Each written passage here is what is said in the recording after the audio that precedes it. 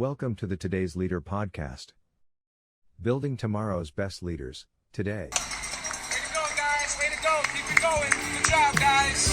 All right, Paul, I see you. All right, Brown, let's finish. Sean, Coach Carl. Let's go. Great job, guys.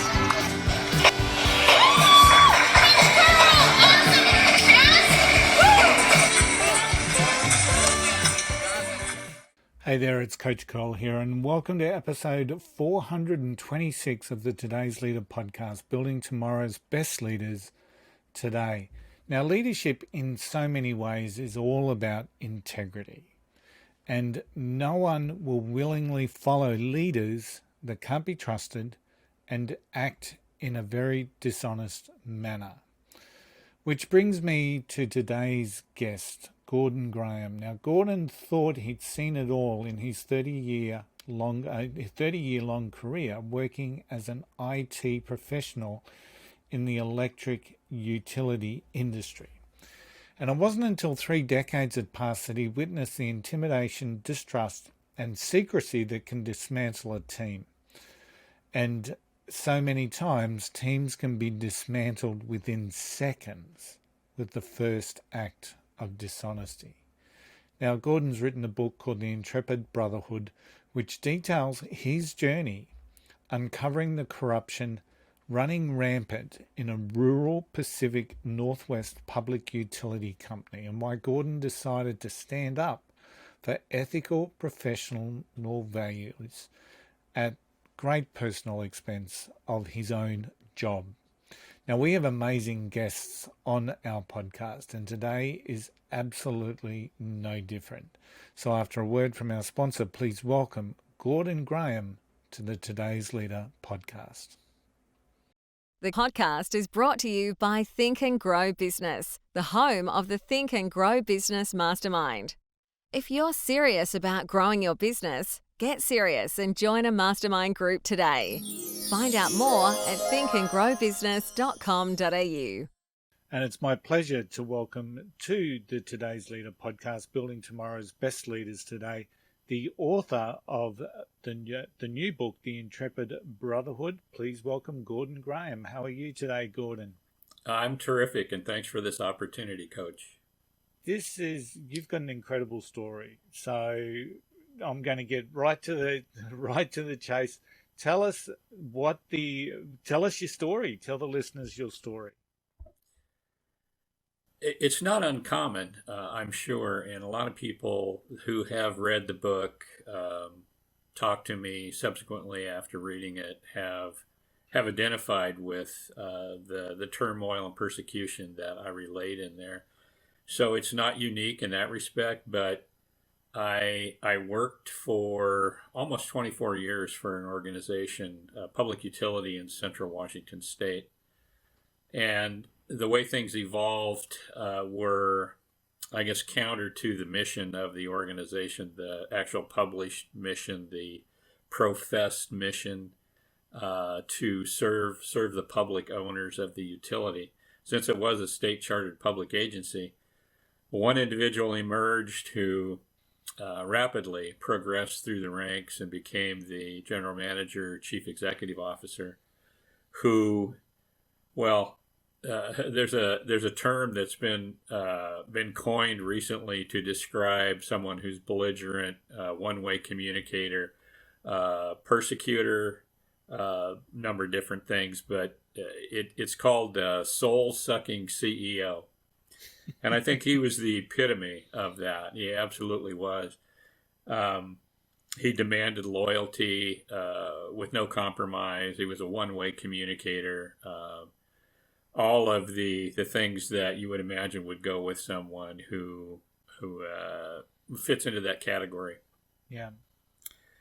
The catalyst for the events that ultimately caused me to leave the organization was a huge software project, and it wasn't the project itself that caused all the problems. It was the way that the manager decided to approach it by diminishing the capacity of his existing information technology professionals and setting up a surrogate management structure of his sycophants to get the project done, and then he could put it on his resume as his big technology medallion to market himself to other utilities or whatever he wanted to do.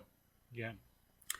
Now, some people might look at that and go, well, me being in charge of the existing IT function and my staff feeling slighted was just sour grapes, but that wasn't it at all.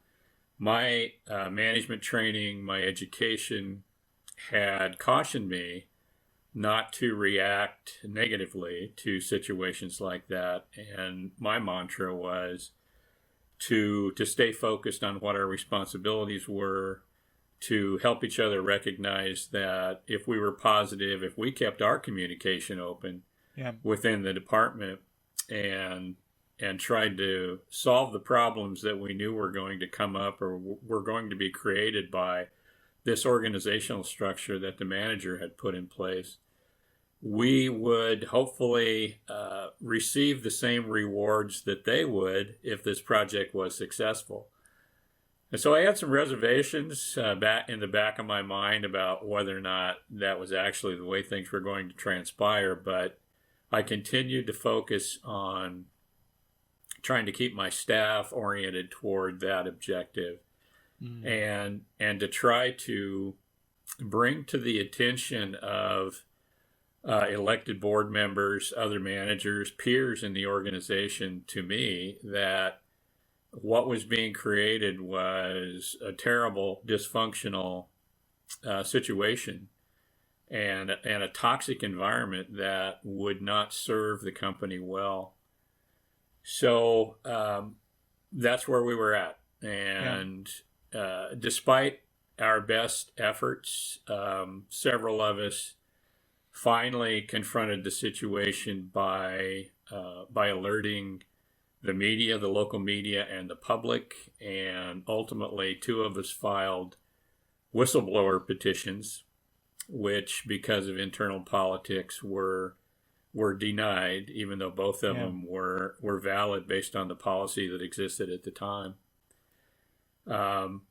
Myself, as the head of the IT department, I was ultimately dismissed, terminated. My position was eliminated, and that's a big part of the story, is whether or not the utility had the justification, the reason to eliminate my position, or whether they violated their own policies of fair treatment and equal protection, that type of thing.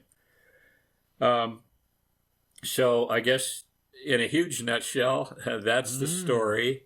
And then after I was dismissed, the trial portion of the book is maybe the most exciting, if there is anything exciting about a memoir, because it's really just regurgitating facts and events. Although I think a lot of people should find this interesting, and the reason that I wrote it, the biggest reason, is because I think it does provide material for a lesson. If anybody wants to learn it. And I guess in that regard, let me know if I'm getting too long-winded, Tony. No, you're right. Okay.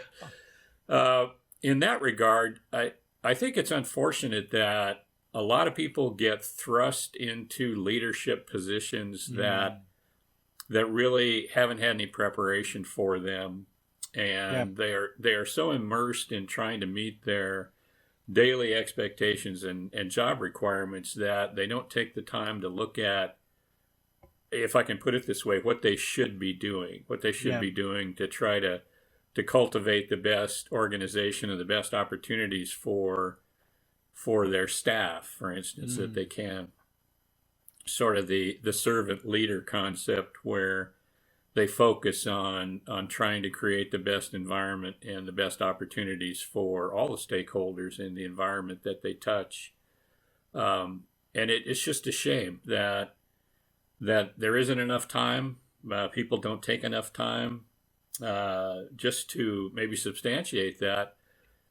During the time that I was writing this book, I I sat back and thought about, well, who could I say that I have worked for or even with that was an exemplary leader, not just a manager, somebody that was able to manage a budget or get a project done, something like that. Yeah. But somebody who was truly a leader. And I couldn't think of one person that I had worked for in my entire career that fit that description. I did have some role models or mentors in the community, which is where I probably learned my best lessons about how to lead people, just working on community projects and community organizations. There were some tremendous folks that I've had experience with, but in the organizations that I have worked for, my direct supervisors, CEOs, managers, I did respect their ability to get things done, but as far as embodying all of the components that I would have expected to see or wanted to see in a true leader, I can't think of one person that fit that description. Which is really sad. I mean, considering that you've had a lengthy career, and when you think back, those great leaders should be just leaping out at us. But unfortunately, and your story's not, you're not on your own. You're not alone with that, because a lot of people, when they think back on the leaders that they've had, they can always pick up the bad ones, but it's much more of a struggle for them to pick out the good ones. Now, a couple of questions that I've got for you. So we see this leader go through the ranks, and potentially that happens in lots of organizations. A leader comes in, has got a way about him, whether it creates fear, whether it's it's a my way or the highway scenario, and they charge through the ranks. Now, what do you see as the main reason why someone like the leader that you're describing was able to move up the ladder at a faster rate than what potentially other better leaders were doing? So I think it's part of that lack of leadership orientation or exposure. A lot of his progress was dependent upon the cooperation and support of elected board members. And he was very skilled at creating situations where they could see benefit in moving him to a higher level, actually personal benefit. There's a great piece in the book about how he was part of an effort within the public utility to privatize at least portions of it. And part of that was the suggestion that the elected public board members would become private board members of a new pseudo-private entity spun off from the public utility, and in that capacity they would be eligible for compensation of one type or another. So the speculation, and I have to put it that way because I don't know for a fact that this was the absolute plan, except I have heard from people who were involved in the department that was the subject of this, that this is what the CEO actually wanted to do. Speculation was that the wholesale power selling or marketing function at the utility would be spun off to a private entity, and the commissions from those wholesale power sales as a commodity on the power market would be split in a number of different ways, and one of those ways would be to the elected board members of this private entity that was spun off from the public utility. Those private board members would be the same ones that were elected to represent the public utility. So it immediately creates a conflict of interest And then it also obfuscates the mission, the original mission of the organization, because now you have this private entity that could be in conflict with the public interest. Anyway, that is one of the examples that I can think of where they would have promoted him and promoted his ideas and facilitated his rapid rise in the organization. Wow.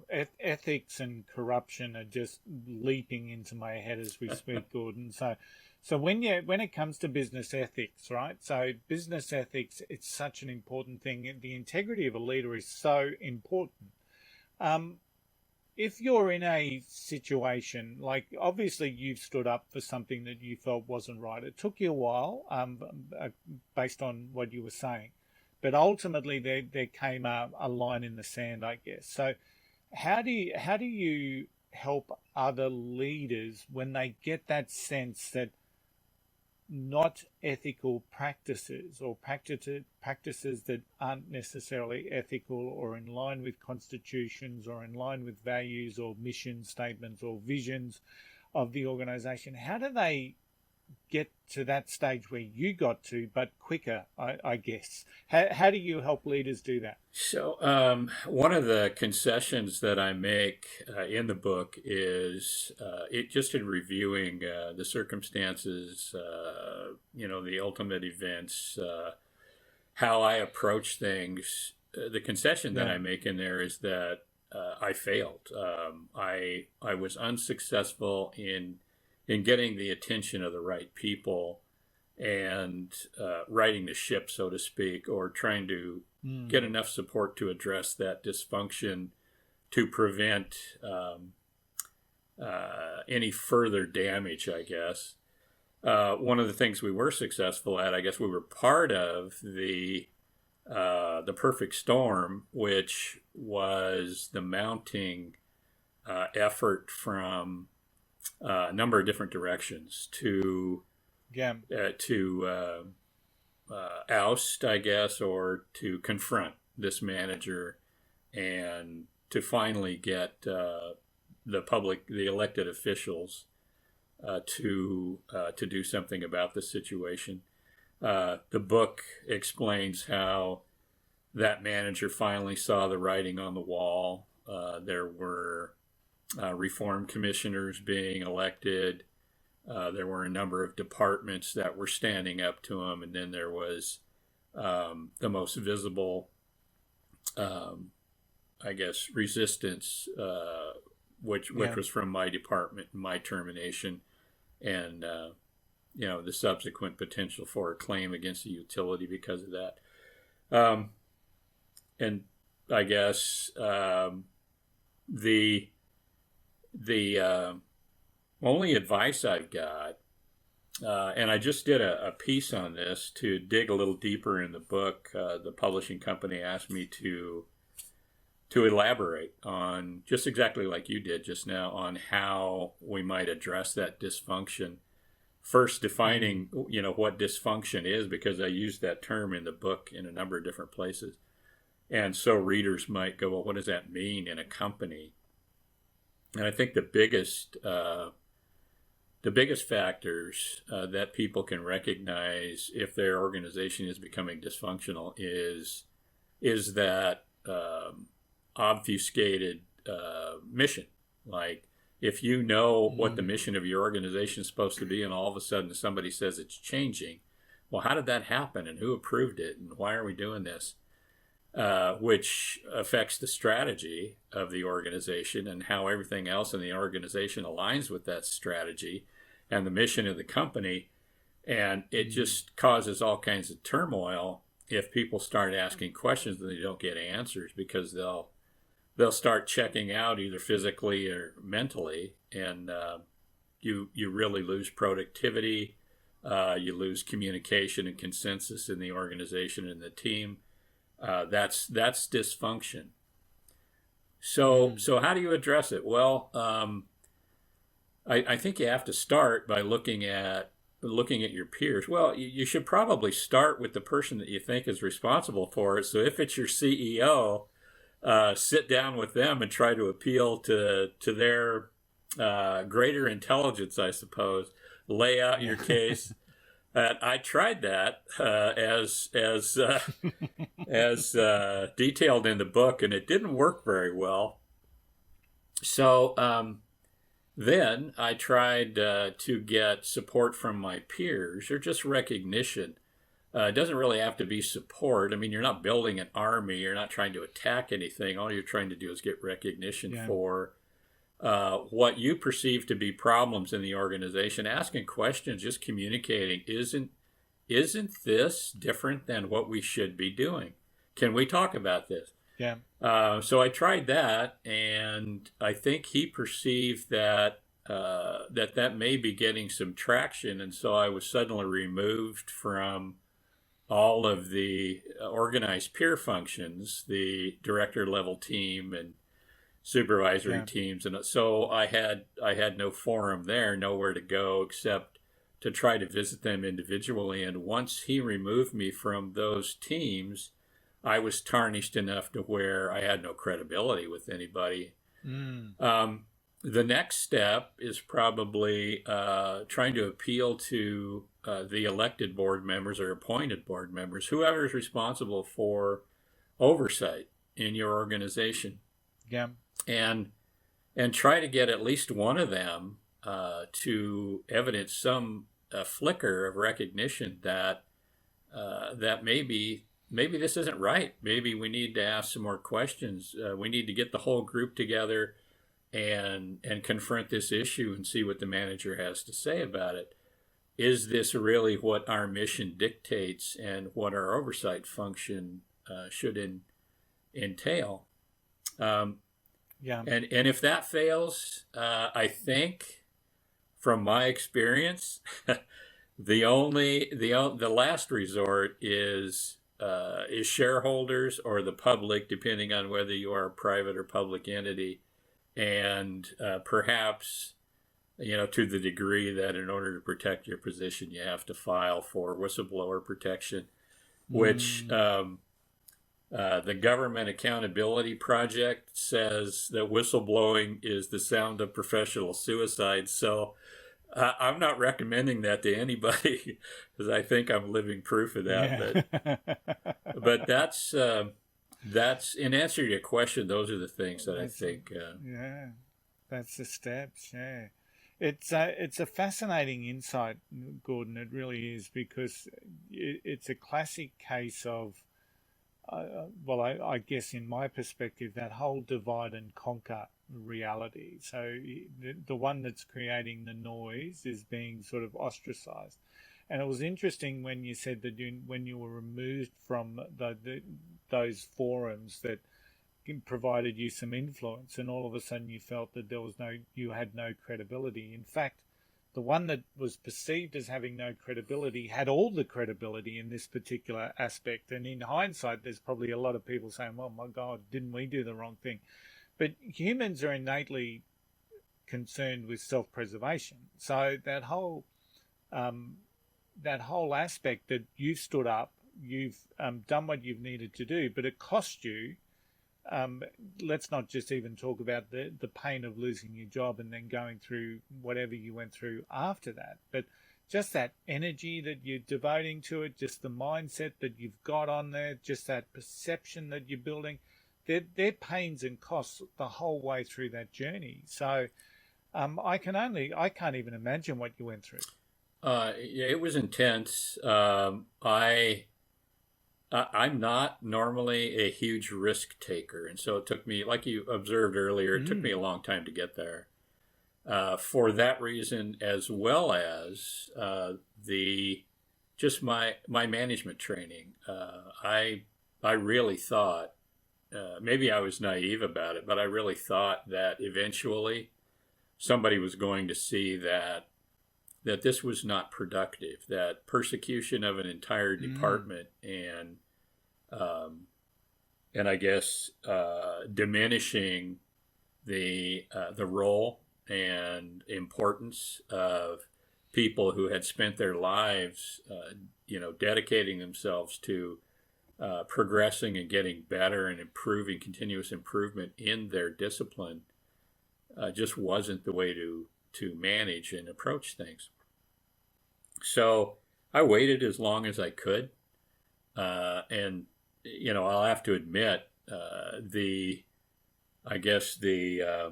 jumping off point and the thing that really made me realize that I needed to try to protect my 24-year career there with every tool that was available was when I realized that they were concocting a scheme to get rid of me. They would have liked me to leave on my own. That's what the constructive discharge reference in the book is all about. Creating conditions where it's impossible for someone to stay. It's a questionable tactic at best, and probably illegal in a lot of respects. But it's pretty common, I think, in business and in organizations to try to get rid of someone without. The perception is you minimize liability that way because they left on their own, right? So they tried to do that, and I decided that in that environment I was going to try to excel anyway, and that my staff was going to excel, and we all got on board. And there are good examples in the book of what we accomplished in the face of so much adversity, and I still take pride in that. And if any of my staff listens to this, which I hope that they do, my former staff, I hope that they take some pride in that also.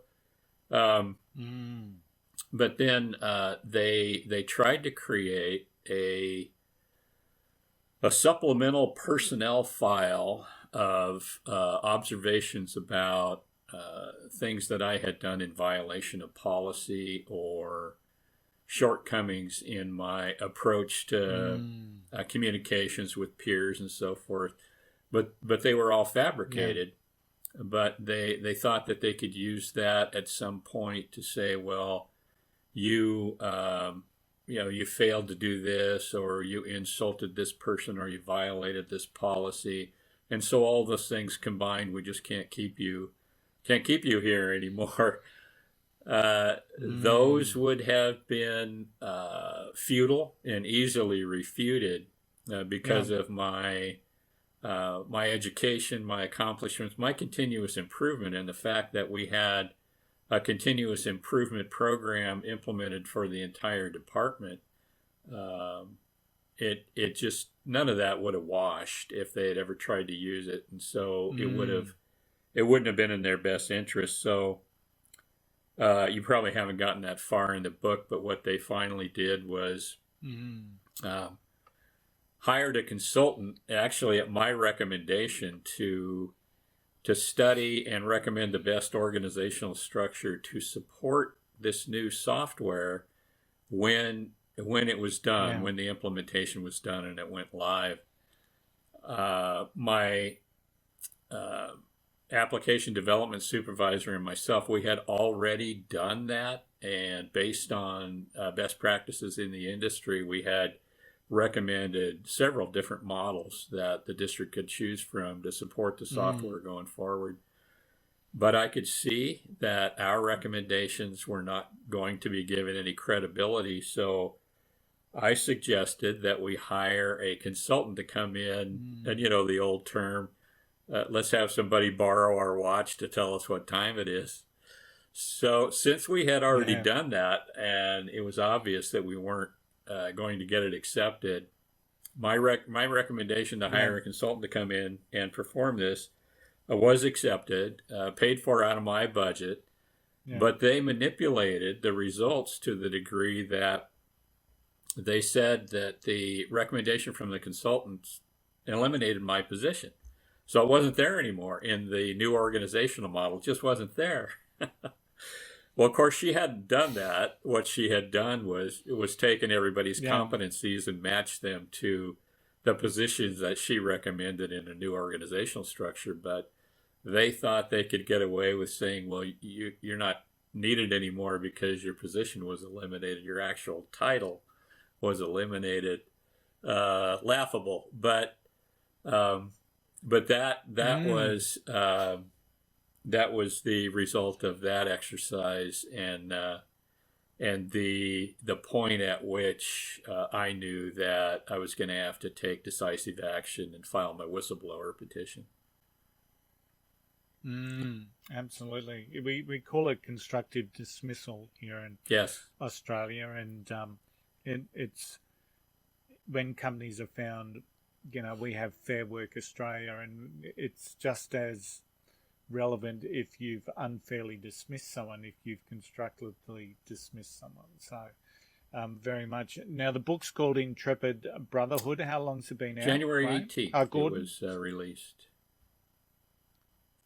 And how's it going? Slow. I think probably we'll have to attract the attention of organizations, maybe in education, trade associations, boards, people like that, in order to get the exposure that we need to make the sales that I'm looking for. I hope it picks up. It's the feedback that I've gotten and the reviews that I've gotten have been very, very positive. So all I can do is try to keep marketing and do supplemental pieces and write a little bit more so people understand more about the story. Yeah, absolutely. Well, you're 100% correct. I haven't finished it as yet, but it is an easy read, and it is something that I'd recommend if you're a leader out there that needs to hear a horror story. Every now and again, that's how we learn our best things, when we read those horror stories. Ethics is so incredibly important as a leader, so is integrity. And the minute you lose integrity as a leader, you may as well just call the game off, because then it's a really long road back if you've lost that integrity. So I would Gordon, I would recommend that book. So now, thank you so much for sharing your story. You mentioned during the piece that you haven't necessarily worked with any great leaders, but who's been the inspiration for you in your journey? I know you're widely read. I know you talk about ancient Greece in the book, for example. So who's inspired you in your journey? Writers, probably more than anybody. The book that I mentioned in my book more than once was Peter Singe's Fifth Discipline, the art and practice of the learning organization and systems thinking. So he promoted a number of different things for an organization that wants to increase communication and have that translate into greater productivity and success for individuals and teams within the organization.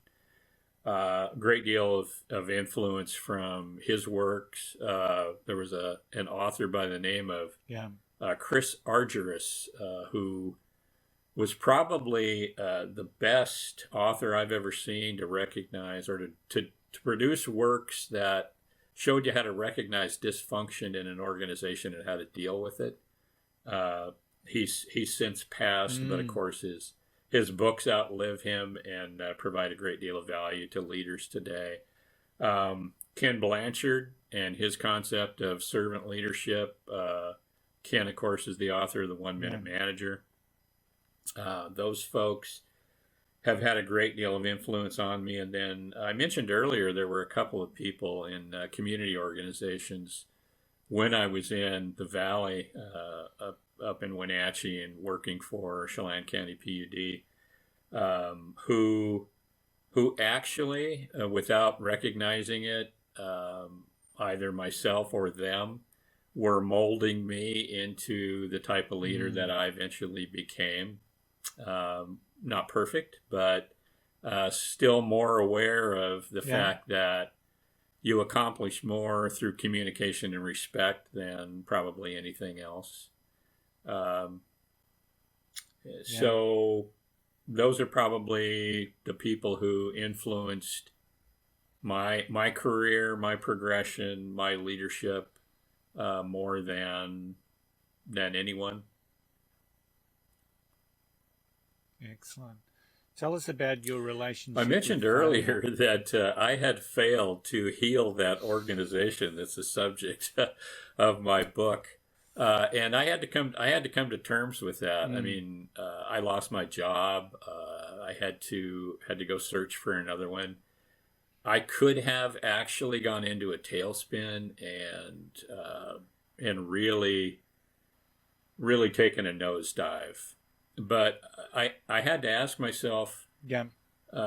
so is this completely my failure? I know I failed to get the attention of enough people to fix that problem, but was there really anything that I could have done individually more than what I did to try and cure the ills there?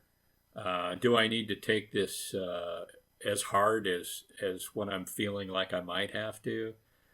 And so I counseled myself to just look at it as unfulfilled purpose, I guess. And that's not catastrophic. It is. It's something that you need to look at and try to add to what you have to do for the future. So you take that failure and you don't want to replicate it, duplicate it. You want to avoid it, and you want to try to make sure that what you are doing going forward helps whatever organization you are in avoid that also. So I don't know. I can accept failure and learn from it. I'm comfortable doing that, but nobody likes to fail. And so it had significant impact on me for a short period of time. I did have to ask myself, how are you going to deal with this? But I had enough confidence in myself and what I could do and where I was going, in my family and my relationships with people, my communication skills, to believe that it was a bump in the road, a huge bump. Massive bump. So Gordon, what's the vision for you and your book moving forward? Try to promote this as widely as possible, and I'm looking for people who can help me get the attention of organizations. I think trade associations and education in particular, managers, elected board members, so forth. And then I'm writing some supplemental pieces. One of the things that my publishing company and I have talked about is maybe looking deeper at the brotherhood concept, some of the other departments that were suffering the same thing, and elaborate on their stories, because there's some really good ones. Some even better than what I experienced, although not as maybe not as bleak in the end, but. All right. So Gordon, how can people connect with you? So the website is intrepidbrotherhood.com. I'm on LinkedIn. I have a Facebook author page, which is In Search of Aristotle. But I'd recommend going to the website. All of the links to buy the book are on there. There's a lot of background information, testimonials, some feedback, the opportunity to submit a web form if people have questions for me so I can respond to them, opportunity to subscribe to a mailing list. And then my LinkedIn profile is probably the next best thing to that. So those ways are probably the best. Excellent. No worries. I'll make sure that we've got those links up on the show notes when this episode goes to air. Gordon, thank you so much for your time today. It's been a real pleasure speaking with you. And in such a way, it's horrible to think that people still have to go through what it is that you've gone through, and hopefully the lessons that you've taken and are sharing with the world are lessons that other leaders can take on board, and actually we can start to reduce some of this behavior that we see in some leaders. But thank you so much for investing your time in today's leaders. I appreciate the opportunity. It's been my pleasure. Thank you. And now, it's time for Tony's 2 cents. The biggest thing for leaders is trust. To be able to build trust with your team and to be able to act and behave and lead in a way that has your team trusting you. Trust is the very foundation for greatness. It's the very foundation for success. It's the very foundation for you being the best leader that you can be. There is no trust for leaders that manipulate and intimidate. And there is certainly no trust for leaders that attempt to drive results through dodgy behaviors. Only dodgy people follow dodgy leaders. And at the end of the day, is that what you want in your team? In a previous role of mine, I always spoke to my leadership team about results with integrity, that results that were transparent. And when we lead with integrity, we ultimately get the results that we deserve. We get better results by leading with integrity. And in that previous role, we achieved our results more often than the few times that we didn't achieve the results, because we led with integrity and that we're absolutely able to walk with our heads held high. And when it comes down to it, your integrity as a leader is worth something. In fact, many people would argue it's worth everything. And that's one thing that I really want you to think about whenever there is that temptation on how do I get this result, when you know it's going to be a challenge to your own integrity. But one of the things that I really want you to think about, and when we talk about integrity and when we talk about dodginess and intimidation and manipulation, the first crack is always the deepest. I want you to think about that. The first crack is always the deepest.